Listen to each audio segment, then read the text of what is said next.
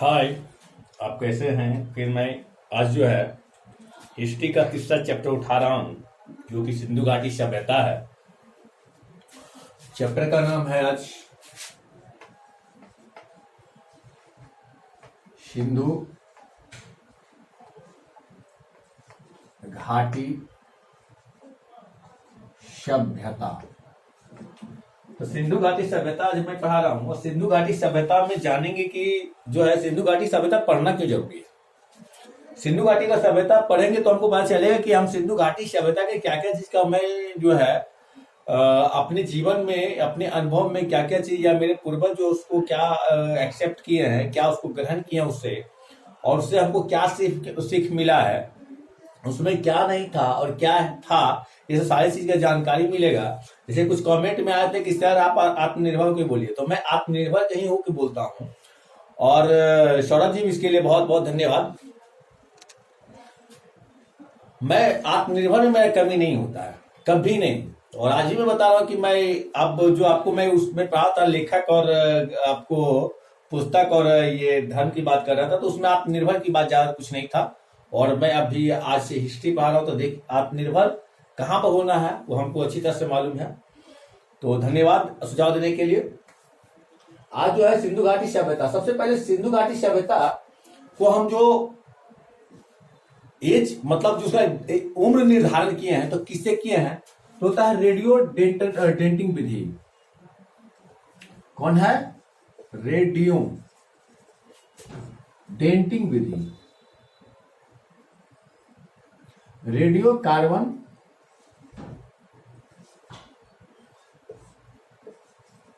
Carbon विधि, जो कि इसको C14 भी कहते हैं। C40 से इसका उम्र का निर्धारण करते हैं। आप देखिए कहीं कहीं जो आपको है ऐसे इसका जो उम्र ज्ञात किया गया है 2500 से 1750 तक किया गया है। 2500 से 1750, 25 ईसा पूर्व से 1750 ईसा पूर्व तक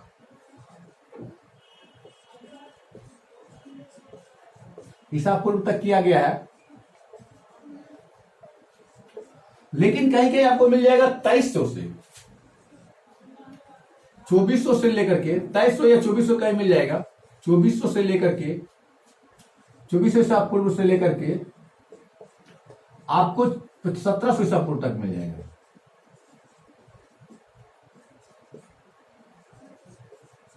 ईसा पूर्व तक मिल जाएगा। हम एक इसमें आपको घबराने की बात नहीं है। सिंधु घाटी सभ्यता है क्या? सबसे मैं इसको जो है सबसे पहले सिंधु घाटी सभ्यता का खोज कौन किया था, तो सिंधु घाटी सभ्यता का जो खोज किया था उनका नाम था दयाराम साहनी। दयाराम साहनी। और ये जो है 1921 ईस्वी में खोज किए थे। कब किए थे? 1921 ईस्वी में खोज किए थे। बार बार क्वेश्चन आता है कि सिंधु घाटी सभ्यता का अर्थ क्या होता है, तो इसको कहते हैं, या मोहनजोदड़ो का अर्थ क्या होता है? मृतकोट का टीला। मृतकों का टीला, यानी ये जो है मृतकों का टीला है, ये किस भाषा में बोला गया है? तो ये बोला गया सिंधी भाषा में। किस भाषा में? सिंधी भाषा में बोला गया है। तो ये मृतकों का टीला जो है ये सिंधी भाषा में बोला गया है। और ये इसको दयानंद, इनका पूरा नाम था बहादुर राय दयानंद साहनी। ये जो दयाराम साहनी जिसको हम लिखते हैं, इसका पूरा नाम था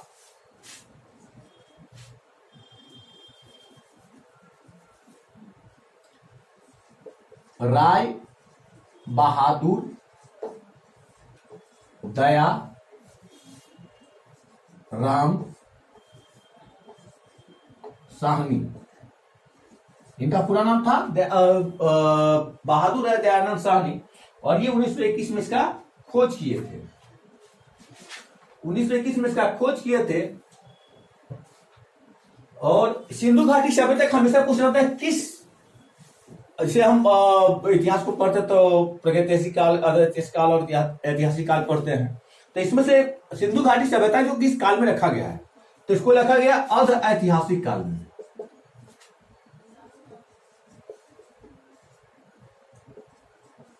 अर्ध ऐतिहासिक काल में रखा गया है। आप बता दिए कि इसका जो डेट है वह 2500 1704 2400 1700 ईसा पूर्व में आता है। उसके बाद है कि इसको और किस युग में रखा गया है। तो अर्ध ऐतिहासिक युग जब आता है तो एक चीज मान लीजिएगा कि इस युग को और एक युग नाम दिया गया है, उसको कहते हैं कांस युग। कांस युग या इसी को कहते हैं इंग्लिश में ब्रॉन्ज युग। ब्रॉन्ज युग कहते हैं इसी को। आगे है कि पूछता है कि भारतीय तत्व का जिस समय ये खोज हुआ था 1921 में, उस समय यहाँ का खोज कौन किए थे? उस समय जो भारतीय पुरातत्व का जो अध्यक्ष थे उनका नाम क्या था? तो उनका जो नाम था जो 1921 में सर जॉन मार्शल थे। कौन थे? तो सर जॉन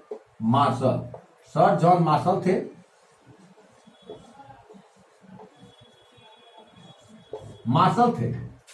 लेकिन भारतीय पुरातत्व का जनक या पितामह किसे कहा जाता है? ये बार बार क्वेश्चन आता है कि भारतीय पुरातत्व का जनक या पितामह किसे कहा जाता है? तो कनिंघम थे। कौन थे? कनिंघम थे। और ये जो है लगभग ये 1800 ईसा पूर्व में ही इसका खोज किए थे।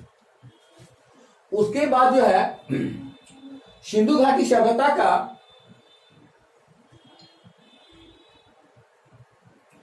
अब ये पूछता है कि सिंधु घाटी सभ्यता का जो चारों स्थल था वह कौन कौन था? कि माने उत्तर, दक्षिण, पूरा, पश्चिम। तो ये याद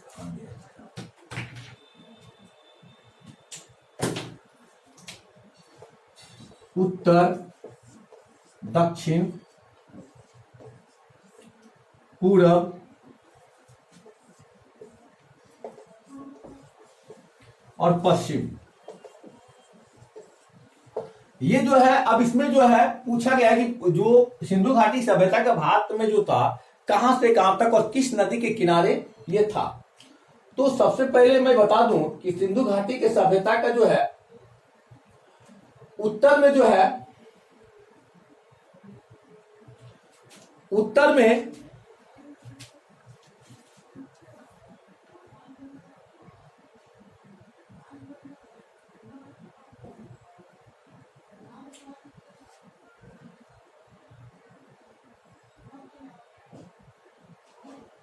ये पूरब में जो सबसे पहले पूछा जाता है कि उत्तर में क्या है? तो उत्तर में जम्मू कश्मीर है। यार क्या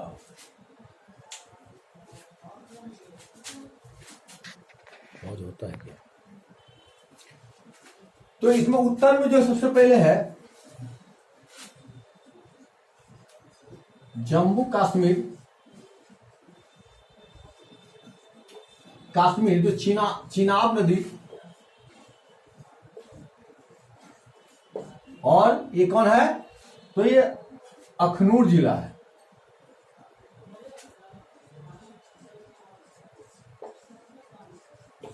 और पश्चिम में जो है दार्शनिक नदी,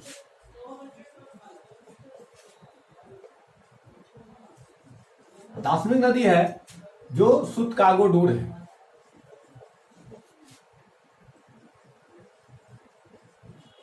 जो कि बलूचिस्तान में पड़ता है। और पूरब में जो है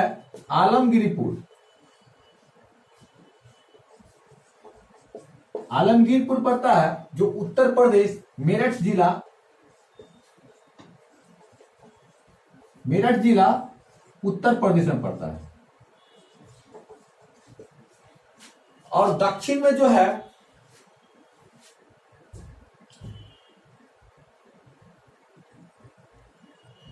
गोदावरी नदी है।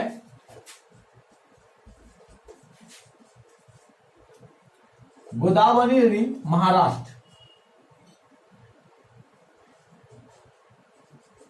महाराष्ट्र में है, जो कि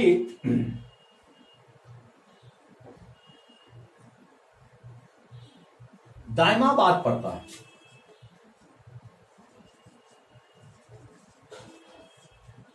दायमाबाद है। उसके बाद इसका 6 गो जो है सबसे बड़ा, सिंधु घाटी सभ्यता का 6 सबसे बड़ा नगर था। फिर वीडियो लंबा ना हो इसके लिए मैं फिर उसका डालूंगा, क्योंकि थोड़ा थोड़ा ही पढ़ना और याद करना सबसे बेटर है। और ये सिंधु घाटी सभ्यता के बारे में मैं एक एक चैप्टर में पढ़ा दूंगा। मैं आज से बताया था कि मैं इतिहास उठाऊंगा, इतिहास जब बहुत धमाकेदार में पढ़ाऊंगा, और धमाकेदार में पढ़ाने की वादा किया हूँ। एक एक चैप्टर में एक एक अति पढ़ाऊंगा, कॉन्सेप्ट क्लियर करूंगा। तो कल ये वीडियो लंबा ना हो जाए, इसलिए आपको ये वीडियो को यही समाप्त करता हूं। अगर मेरे चैनल पर नए हैं तो सब्सक्राइब करें, लाइक करें और बेल आइकन को प्रेस करें, ताकि वीडियो रिलीज करूं तो सबसे पहले आपके पास पहुंचे। जय हिंद, जय भारत।